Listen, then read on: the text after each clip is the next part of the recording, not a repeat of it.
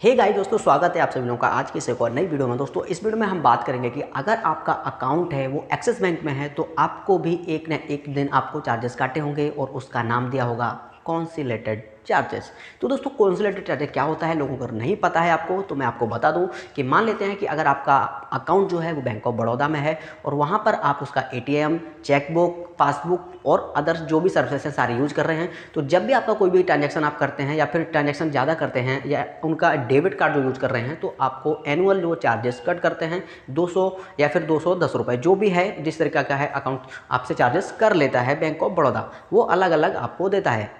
लेकिन axis bank क्या करता है, आपका एसएमएस चार्जेस एंड अदर जो भी चार्जेस आपसे कट कर रहा है उन सबको एक नाम देता है कंसोलिडेटेड चार्जेस। तो ये दोस्तों एक्सिस बैंक जो है आपसे एक चार्जेस करता है जिसका नाम आपको बताया मैंने, कंसोलिडेटेड चार्जेस। दोस्तों ये एक चार्जेस को मिला के बताया गया है, लेकिन आपके जितने भी चार्जेस हैं उन सबको मिला के ये बताता है। अब मान लेते हैं कि आपको एक कप से चार्ज करता है, और कैसे आप पता करेंगे कि मेरा कौन सा चार्जेस है।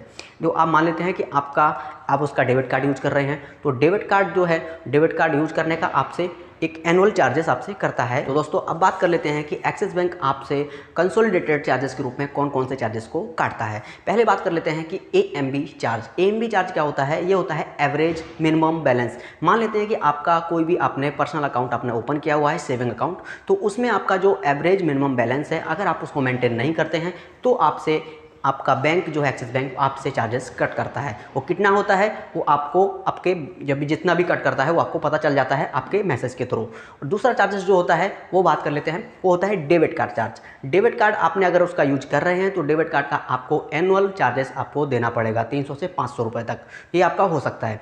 अब उसको अगर आप नेक्स्ट ईयर जब यूज करेंगे तो फिर से आपको वही करेगा।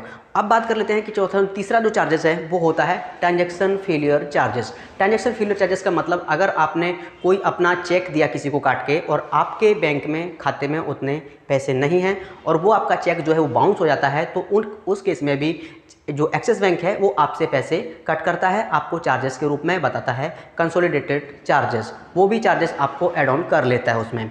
अब बात कर लेते हैं कि आपको चौथे चार्जेस के रूप में वो आपसे कट करता है वैल्यू एड ऑन सर्विसेज।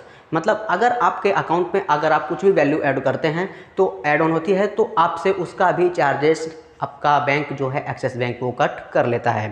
तो दोस्तों आगे इसके बात करते हैं कि आपको ट्रांजैक्शन चार्जेस मतलब कि अलग अलग अकाउंट्स के अलग अलग चार्जेस होते हैं, तो उनको चार्जेस में आपको जितना है वो आप उतनी कर सकते हैं। जैसे फेलियर चार्जेस में आपको बताया था कि अगर आपके खाते में पैसे नहीं हैं और आप अगर एटीएम को भी यूज कर रहे हैं तो भी आपको उसमें जो बाउंस आपका फेलियर दिख रहा है ट्रांजैक्शन चार्जेस उसका भी पैसा कट कर लेता है।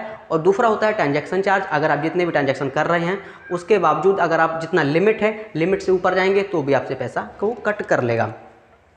एक होता है अबव लिमिट। अबव लिमिट मतलब अगर आपको दिया जाता है कि अगर आप महीने में जो है वो डेबिट कार्ड के थ्रू आप 5 ट्रांजैक्शन कर सकते हैं, 5 की अगर आप ऊपर करते हैं तो भी आपसे आपका एक्सिस बैंक जो है वो पैसे कट कर लेता है। अब दोस्तों बात करते हैं कि अगर आप इन सब चार्जेस को बचना चाहते हैं तो क्या आपको करना चाहिए। दोस्तों ऐसे में आपको पहले से ही बताया मैंने कि अगर आप जानते हैं कि जो चार्जेस हैं उनको कम करने के लिए एनुअल जो मिनिमम बैलेंस है उसको आप बना के रखें अपना, और मिनिमम बैलेंस बनाने के साथ में अगर आप जितना ट्रांजैक्शन का जो बताया जाता है कि आप महीने में 5 ट्रांजैक्शन कर सकते हैं, तो आप कोशिश करें कि 5 बार ही आप पैसे को लेन देन करें अपने डेबिट कार्ड के थ्रू। और उसके बाद अगर आप अपने ट्रांजैक्शन जो फेलियर हैं उसको होने से बचें, उनको फेलियर होने ना दें, क्योंकि अगर आप पहले चेक कर लें कि हमारे अकाउंट में कितने पैसे हैं उसके अकॉर्डिंग ही आप किसी को पेमेंट करें, या फिर किसी का अगर आप चेक दे रहे हैं या फिर किसी प्रकार का है वो गलती करने से बचें, तो आपका जो अकाउंट में आपका जो चार्जेस हैं वो आपको बच सकते हैं। और अबव लिमिट के ऊपर ट्रांजैक्शन ना करें, इन प्रकार से आप बच सकते हैं इन सब की जो एक्सिस बैंक के चार्जेस हैं। आई होप दोस्तों वीडियो आपको पसंद आया होगा। वीडियो पसंद आया हो तो वीडियो को लाइक करें, शेयर करें अपने फ्रेंड के साथ में, और चैनल को सब्सक्राइब कर लें ऐसे ही नॉलेजेबल वीडियो देखने के लिए। धन्यवाद दोस्तों, मिलते हैं किसी नेक्स्ट वीडियो में।